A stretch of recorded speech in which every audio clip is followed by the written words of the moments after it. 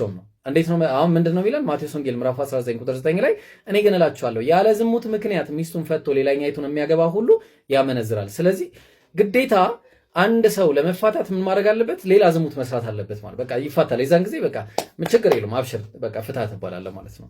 ስለዚህ ዝሙት ያስፋፋል ማለት ነው። ይሄ ጥቅስ ዝሙት የሚያስፋፋ ጥቅስ ነው። አንድ ሁለተኛ የተፈታችውን የሚያገባ ሁሉ ያመነዝራል አላቸው እንዴ። ሰላም እንዴት ናችሁ? እግዚአብሔር ይመስገን። ሱራ 2:230 ሶስተኛ ቢፈታትም ከዚህ በኋላ ሌላ ባል እስከምታገባ ድረስ ለእርሱ አልተፈቀደለትም። ሁለተኛ ባል ቢፈታትም የአላህን ሕግጋት መጠበቃቸውን ቢያውቁ በመማለሳቸው በሁለቱ ላይ ኃጢአት የለባቸውም። እንግዲህ ይሄ የቁርአን አያ ምንድነው የሚለው? ኢብሮ ሚስቱን 3 ጊዜ ቢፈታት ድጋሜ እሷን ለመመለስ ሚስቱ ሌላ ባል አግብታ ከዛ ጋር ወሲባዊ ግንኙነት አርጋ ነው እሱን ፈታ ወደ ኢብሮ ጋር የምትመለሰው። ይህንንም ደግሞ መሐመድ ሲያረጋግጥልን በሳሂህ ሙስሊም 1433 የረፋ ሚስት ከረፋ ጋር ተፋታ ወደ መሐመድ ጋር ቅሬታ ለማቅረብ ትመጣለች። ረፋት እንደፈታትና ከዛ በኋላ አብድራህማን የሚባል ባል እንዳገባች፣ አብድራህማንም ደግሞ ብዙም ወሲብ እንደማይችል ብልቱ እንደ ጨርቅ እንደሆነ ለመሐመድ ትነግረዋለች። እንግዲህ መሐመድ ደግሞ ፈገግ ይልና ወደ ረፋት መመለስ ትፈልጊያለሽ? ወደ ረፋት ለመመለስ ግዴታ ከአብድራህማን ጋር ወሲብ ማድረግ እንዳለባት፣ አብድራህማን የእሷን ጣፋጭ መቅመስ እንዳለበትና እሷም የእሱን ጣፋጭ መቅመስ እንዳለባት መሐመድ ይናገራል ማለት ነው። እንግዲህ አስቡት፣ ግዴታ ወደ መጀመሪያ ባሏ ለመመለስ ከሌላ ወንድ ጋር ወሲብ ማድረግ አለባት። ትክክለኛ ጋብቻ መፈጸም አለባት። ፌክ ጋብቻ አይቻልም። ምክንያቱም ፌክ ከሆነ የመጀመሪያ ባሏን እንደሚረግም መሐመድ በሌላ ሐዲስ ላይ ተናግሯል ማለት ነው። ስለዚህ ኢብሮም የሚፈልገው ይሄንን ነው፣ ከብዙ ሴቶች ጋር መተኛት፣ ከብዙ ወንዶች ጋር መተኛት። በነገራችን ላይ በወሲብ አለመጣጣም የሚመጣው ራሱ ለዚህ ነው። አንድ ወንድ ለአንድ ሴት ከሆነ በወሲብ አለመጣጣም ራሱ አይፈጠርም።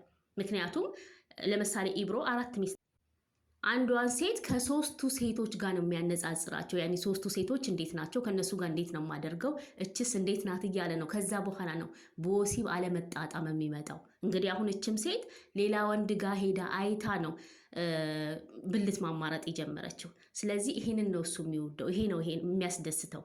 አንድ ወንድ ለአንድ ሴት አያስደስተውም። እንደው የሙሐመድ መንፈስ አናትክ ላይ ወጥቶ ነው እንጂ ይሄ ለተቃውሞ የምታቀርበው ሐሳብ ነው። ምክንያቱም ጋብቻ የእግዚአብሔርን ፍቃድ ያለበት ነው። የማቴዎስ ወንጌል 19:6 እግዚአብሔር ያጣመረውን እንግዲህ ሰው አይለየውም ይላል። ስለዚህ ጋብቻ የእግዚአብሔርን ፍቃድ ነው። ማቴዎስ ወንጌል 5:32 ጌታ ኢየሱስ ምንድነው ያለው? እኔ ግን እላችኋለሁ ያለ ዝሙት ምክንያት ሚስቱን የሚፈታ ሁሉ አመንዝራ ያደርጋታል። መፋታት እስኪ ለምን አስፈለገ? መስማማት እያለ መታረቅ እየተቻለ ፍቺን ምን አመጣው ያለ ምክንያት?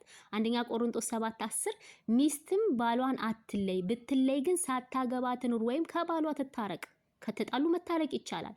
ባልም ሚስቱን አይተዋት ብዬ የተጋቡትን አዛቸዋለሁ፣ እኔ ግን አላዝም ጌታ እንጂ ይላል። ስለዚህ መፋታት አያስፈልግም። ግን ደግሞ ባሏ ከሞተ ኦልሬዲ የተፈታች ናት፣ ማግባትም መውለድም ትችላለች። ሮሜ 7:2 ያገባች ሴት ባሏ በህይወት ሲኖር ከእርሱ ጋር በህግ ታስራለችና፣ ባሏ ቢሞት ግን ስለ ባል ከሆነ ከህግ ተፈታለች። ስለዚህ ባሏ በህይወት ሳለ ለሌላ ወንድ ብትሆን አመንዝራ ትባላለች። ባሏ ቢሞት ግን ከህጉ አርነት ወጥታለችና ለሌላ ወንድ ብትሆን አመንዝራ አይደለችም። እንዲሁም አንደኛ ጢሞቴዎስ 5:14 እንግዲህ ቆነጃጅት ሊያገቡ ልጆችም ሊወልዱ ቤቶቻቸውንም ሊያስተዳድሩ ይላል። ስለዚህ ባሏ ከሞተ ማግባት መውለድ ትችላለች። ባሏ ግን በህይወት ካለ ፍቺ እግዚአብሔር አይወደውም። ስለዚህ የተለያዩ ችግሮች ቢኖሩ መፍታት ይቻላል። አሁን የጠራሃቸው ነገሮች ሁላ ተራ ነገር ናቸው፣ የሚፈቱ ናቸው፣ በንግግር የሚፈቱ ናቸው። እናንተ ግን በቃ ይሄ የዝሙት መንፈስ እላያችሁ ላይ ስላለ ከሴት ላይ መሮጥ ትወዳላችሁ። ይሄን መሐመድ የሚያደርገው ነው፣ ለእናንተም ስለፈቀደላችሁ ማለት ነው። ይሄ የዝሙት መንፈስ ይባላል። ይሄን የተቀደሰ ሐሳብ መቃወም ማለት ጤንነት አለ።